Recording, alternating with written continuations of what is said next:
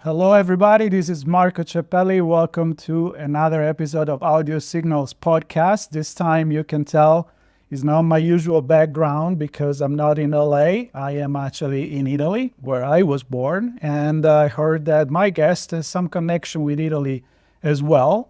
But he's actually getting on the show from the UK. And we're going to talk about something very interesting, something that we talk a lot in both my podcasts.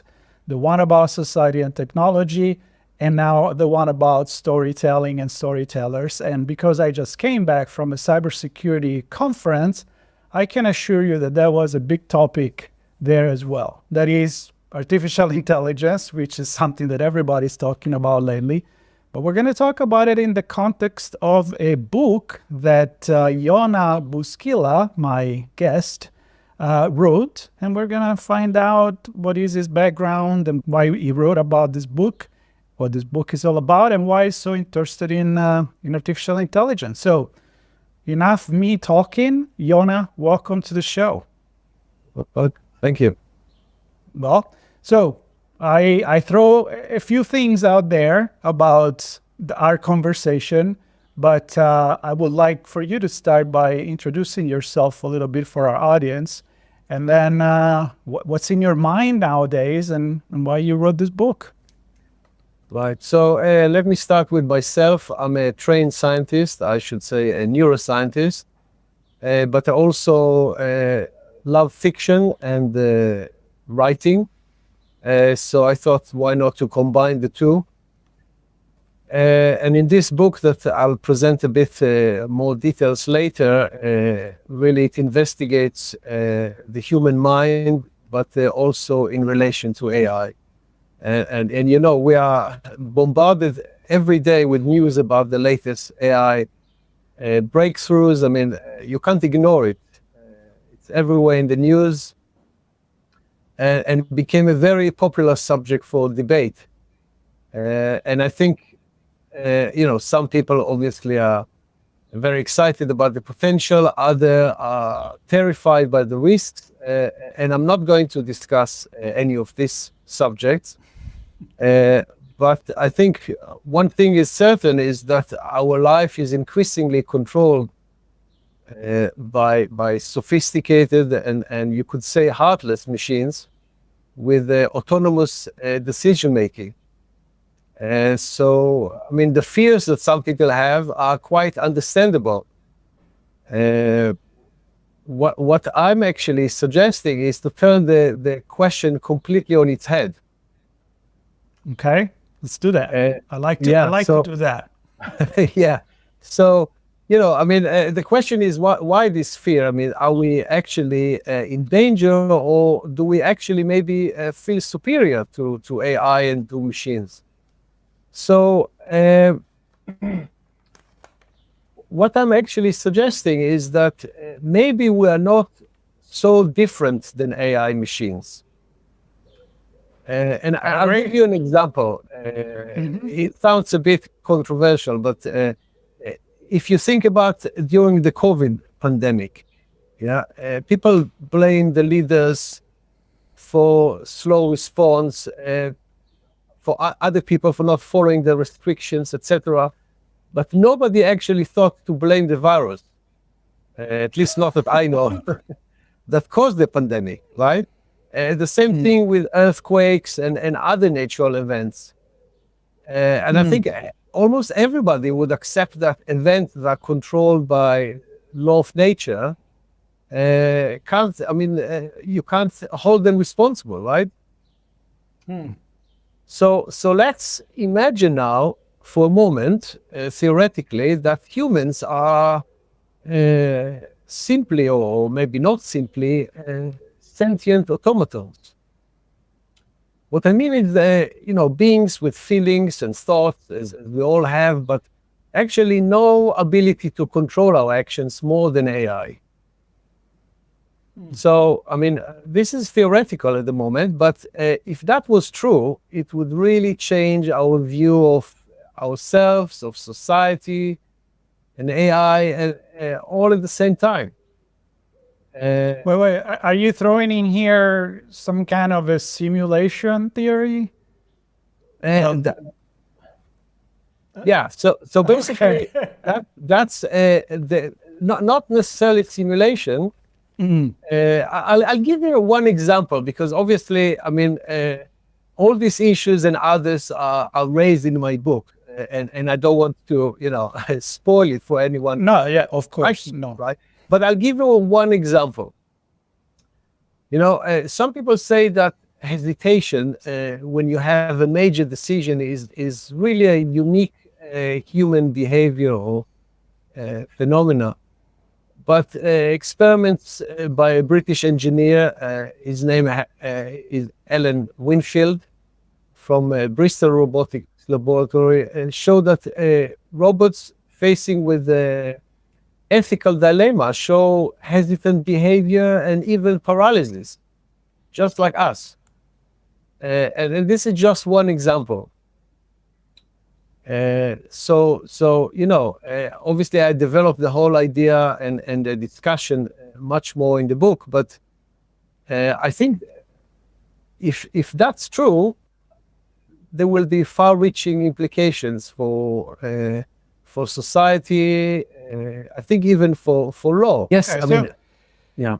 Let me get into this, because I often say myself, from a sociological perspective, that AI is very much human, because it's trained on all our content, all the art, all the written that we have fed the machine learning, so that it learn, it mimic. We're not at the sentient AI, but all the way that it acts, it's nothing more than human, like hallucination, making up stuff. It's very human. When we don't know what to say, sometimes it's hard to say, well, I don't know. You try to make up something. So your approach seems to me, it's actually almost the opposite, that we are similar to the machine because we may be machine thinking ourselves. Yeah, I mean, I wouldn't call us machines. Machines is human. A system, maybe a system. But we are beings that are also controlled by natural laws. Right. And for us to do anything, to be in absolute control, we will also have to control the natural laws. And that's my argument, that natural laws cannot be controlled. But of course, there's much more than this. I mean, it's a very superficial way to explain it. Right, of course. Basically, yeah, you're right. I mean, I would compare us to AI, but from the other point of view, yeah. Like driven by a certain rule of nature, which of course I can completely see. I mean, absolutely. Now, I was captivated already by the title, which, when I talk about stories and coming from advertising and marketing, a good title usually is a good thing. And the title of your book is The Unthinkable Truth. And that alone, it raises a lot of interest, at least for me, like something unthinkable. I'm expecting some kind of something, as you said at the beginning, that you're going to flip the problem on their head and do something unexpected, which, from what you told me already, seems you're going to do something like that. Do you think that your thinking and your approach, and the reason why then you choose a book to kind of express this, it's very unique, or there is like a current of thinking that you're following in the scientific? Yeah. Well, I'm happy you asked me this question, because I mean, and we didn't plan it. We didn't plan it, right? Me and my publisher struggle with the same issue. Most books, I mean, I really fall. I mean, I'm talking about all books that have ever been written, fall normally into one or two. I mean, into two categories, either fiction or non-fiction, and quite clearly. But of course, there are genres that mix the two. I mean, if I'm trying to think now, two examples come to mind. One is obviously historical fiction, when the author relies on historical facts or what is known, and then fills the gaps with whatever is missing. or whatever they fancy. And of course, the other example is science fiction, especially hard science fiction, again, relying on either a few facts that are real and then just going with it, and filling the gaps or making up the rest. And I think, mixing fiction and non-fiction, I find it quite attractive. It has special appeal because it's type of stories that are grounded in reality, but also stretch the possibility, especially where we either don't know the answers, although we may, be desperately curious to know about the answers. Mm-hmm. Example, is there life outside Earth? Obviously we don't have the answer now. How will everyday life look like in the future? These things that we don't have the answers, so we can write books about them. Now, that brings me to my book that I believe it's quite unique, although it does mix fiction and non-fiction in a very clear way. You know exactly when it's fiction and when it's not. Because basically I'm trying to answer one of those big questions in life, question that remains unanswered for millennia, despite best efforts of thinkers and philosophers and scientists. And personally, I find it quite frustrating that we don't have the answer, because I don't want to make up answers. I want to know the real answer. And I always had this fantasy, to assemble the best minds in the world, perhaps with the assistance of a very powerful AI, and just make them sit together. And I think that would give the best chance to crack any enigma that there is. And that's basically, of course, it's not easy for me to organize such a think tank. So instead, I wrote a book. That's exactly what happens. I created imaginary people, and I used real information.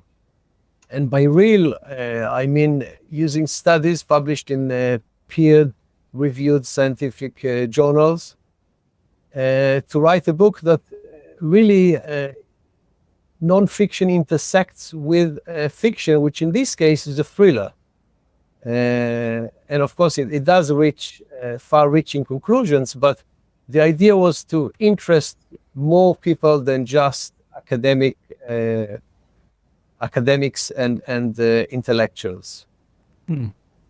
Let me ask you a question, because when I do this podcast, the audio signal, I say I want to talk as much of the story as I want to talk about the storyteller. So I want to dig a little bit into what you just said here, where you mix fiction and science, and you are a scientist by academic background and work and experience. And we tend to think about the scientists to be a certain kind of thinkers, and the one that create completely fictitious world a little bit more creative. But as you look in the past, even people like Isaac Asimov, he was a scientist himself, and so there is many, even Tolkien as well. We created all the Middle Earth. He was a very well, researcher, expert in many things. So the idea that the creative person is somebody that is not rooted into science may be completely wrong. But what I would like to know from you is, did you grow up loving sci-fi, loving stories that were fiction story, despite the fact that then you choose to become a scientist? Absolutely, yeah. I love both. I would say I probably read 50-50, half fiction and half non-fiction throughout my life, and each one kind of feel a need that I have. Not many books, as I mentioned, combine the two. I do like science fiction, but even science fiction sometimes just use a grain of truth and then all the rest is really far-fetched. Really little, and then Yeah. it's snowball on there. Which is nice as escapism, and I love those books as well. Right. But yeah, so I like both fiction and non-fiction, all genres, several genres. But clearly, my book tried to combine them in a new way. In a way that maybe as you were reading when you were a kid or an adult, you're like, nothing is really the way I would like to read. So you know what? I'm just going to write my own. Exactly. Yeah. Yeah. I think a lot of books have been written based on this premise. Yeah. Right. So sometimes I see a book that I wish I have written, but I missed the opportunity because somebody else wrote it. Do you have an example for that? Well, I mean, there is a book that I'm reading currently. It's called The Biologist Guide to the Galaxy. The Biologist Guide. I think I heard of it. Okay. It's not the Hitchhiker Guide to the No. That is the biologist. Very much. It's a very much non-fiction, but still, I mean, the writing is very okay, interesting, and clearly the author is very knowledgeable. Very cool. I'm going to take a note on that. All right, so let's talk a little bit about your book. Again, we don't want to give up. Never we want this conversation to be a spoiler, but we also want to interest the listener to become readers of your book. So tell us something about this story that you wrote. Yeah. So basically, I mean, the story is from the point of view of George, who is a theoretical physicist. Is not in a good place when we start the book. It's not clear exactly, but he is not living with his wife. But so he's quite depressed actually. But then he gets an offer to join a team of world experts. And of course, in the beginning, he doesn't know exactly what it is. It's kept under wraps. But basically, they try to unravel the enigma of the human mind. As I mentioned, with the help of a powerful AI. But actually, nothing as it seems. Obviously, they do investigate and they make progress. It's a multi-disciplinary team of neuroscientists, psychologists. There are also philosophers and experts in law and other areas, and they do reach an eye-opening conclusion, but that sheds, I think, light on both human nature and AI. But quickly it turns into a cat and mouse game with dangerous consequences. And I guess that's more the fictional part, and of course the characters are fictional. So that's why I think the best way to describe it is a non-fiction wrapped up in fiction, or in thriller in this case. Okay. So is it already on a future time where AI is already more advanced than the one that we consider AI capability nowadays? Like I would say it's a very near future. I mean, obviously, a lot of things happening in the AI that we're not aware. So it's quite possible that the AI is already, those capabilities are already present. But I would say if they're not present now, they will be very soon.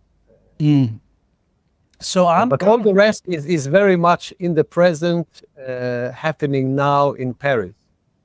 Okay. I like the place, Paris. So you put this AI as a member of the team. Now, let me understand this. Again, I haven't read the book. So it's not a tool in this book, but is part of the thinkers that you put together in this dream team. So I'm assuming it already taking a level of interaction to peer to peer, human and yes. AI.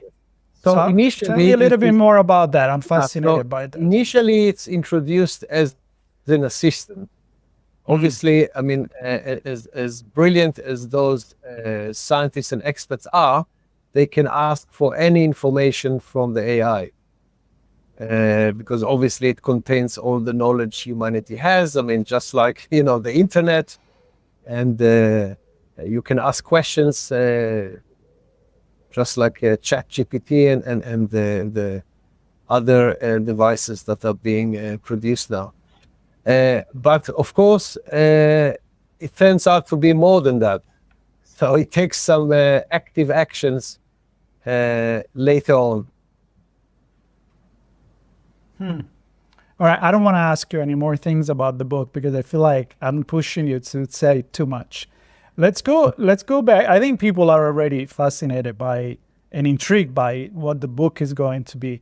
What I would like to use this last few minutes with you is to go in the debate that you kind of hint at the beginning between the side of people that are very excited about AI and the potential of it, maybe for human growth and societal growth as well from a philosophical perspective, and those that are very scared by it. They're going to think about the day that it's going to take over. I mean, we have books that depict both scenario. It's probably up to us to put the guardrail and see how we can manage this thing, and if it's really something that is going to be that powerful.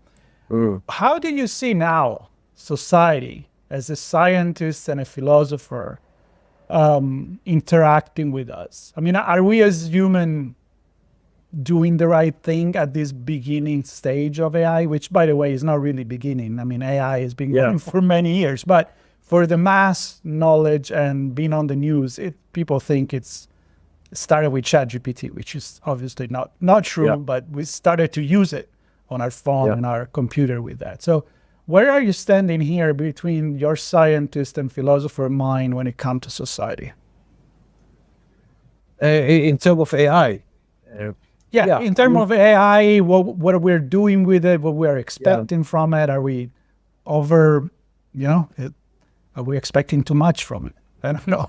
That's the question. Well, I mean, how much we expect is up to us, but I think definitely it's something that develops very quickly and is incredibly powerful. I mean, we can see it. I mean, in my day-to-day work, I also work in oncology and other medical research, and clearly I have no doubt that the research show in terms of diagnostics that it is and it will be superior to people in terms of the speed, accuracy, and this is just one area. I'm sure there are many areas that I'm not aware of. And, just like evolution, everything is geared towards improvement. Darwinian evolution, whatever doesn't work will drop, and only the best AI, at least that we are trying to develop, will survive. So I have no doubt that the capability will improve tremendously. But at the same time, I would also suggest caution because, as many suggest, there will be the singularity point. If something is just improving and improving, there will be a point that it will surpass our intelligence, or at least, I don't want to define intelligence now, but our capabilities, and not necessarily intentionally, it can lead to dramatic consequences. And I say not intentionally because I don't believe so much in conspiracy theories or a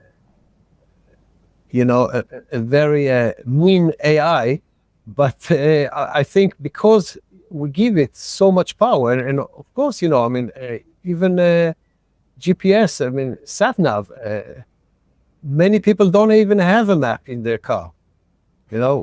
we rely entirely on the sat nav, and indeed, I mean, I think with very high success rate. But the more we give responsibilities for AI, we actually lose control.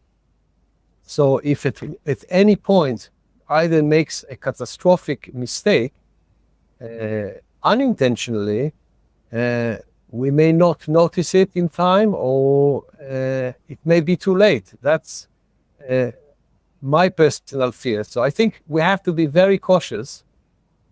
And I think once we pass the singularity in this general AI, I think all bets are off. Where we will go. So I think we have to think about safety and be cautious now that we are clearly still in control. You can still unplug the machine. You can still bypass it and do things manually, and just be very careful in planning the future. That's my view. Yeah, no, I love that, because you're depicting it in a way that and again, it's not inherently dangerous or inherently evil, but we may just oversee certain things that then it change us, it change our society, and maybe it will be a little too late when we realize the way that it's been changing us. And I think, as you said, I know people couldn't go back home without the GPS. They couldn't find their way home.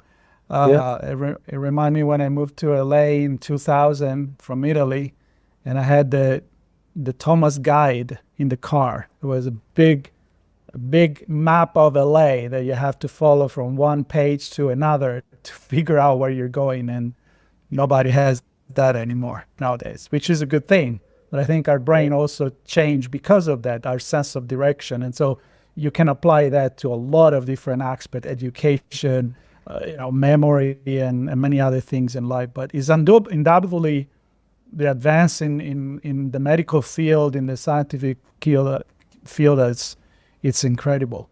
A lot to think about it here, but I do have one more question, because I'm curious. Why Paris? Well, I mean, there are actually a few reasons. Because I had to come up with some kind of organization that organized this think tank, and I thought, what can be better than UNESCO? And the headquarters of UNESCO is based in Paris. Another reason that Paris is a lovely city, and also, and I think the third reason is that it also has to do with, a lot of social revolutions started in France. So without giving too many hints, there is also a part that is related. Don't go there. I'm related to France and you. The spirit of the French. Yeah. All right, that's good enough. Fair enough. And I think, as Dan Brown chose Rome for one of his on his book, and then Florence, and many books are in London, and of course Paris. This is not the first one. I think it's always a good setting for not only for art and good food and culture, but also for some technology. So I'm glad that you choose that. And I'm staring at the cover of your book right now, and that's why I see the Tour Eiffel, and that's why I wanted to ask you that. So I know the book is coming up on May the 28th, 2024. Right. So there will be links into the notes here to the book, and to get in touch with you, your website, which is yonabouskila.com. And again, people don't need to spell it. There'll be the link to it in the notes. To end, I'm going to give you a couple of minutes to invite people to read your book. It's your 2 minutes elevator pitch to sell your book. Do that. Well, I haven't prepared anything. That's That's why I asked you. I want the spontaneous. All I can say is that if people are just interested in light reads, which I must admit that I'm also interested. Sometimes I just like to chill out with Yep. very simple. This is probably not the book to read if you're just looking for something light. But if you're looking for something that is both thought-provoking and at the same time, I hope, entertaining, and of course, if you're interested in the human mind and AI, I think that you may be interested to try the book. Good. All right. Cool. That I would say. I like that. And as far as I'm concerned, I'm very fascinated by AI. I talk a lot about it, both from technological perspective and philosophical perspective. So you have definitely a reader in me. The moment that the book come out, I will definitely read it. It's definitely in my area of interest. And I'm very honored that you found this time to join me on my podcast and talk about the future, maybe, of our society. I mean, you can't ignore it. It's my pleasure. If I could just add one more request, Please. if people, readers enjoy the book, please leave a review. That would be greatly appreciated in Goodreads or Amazon. That would be wonderful.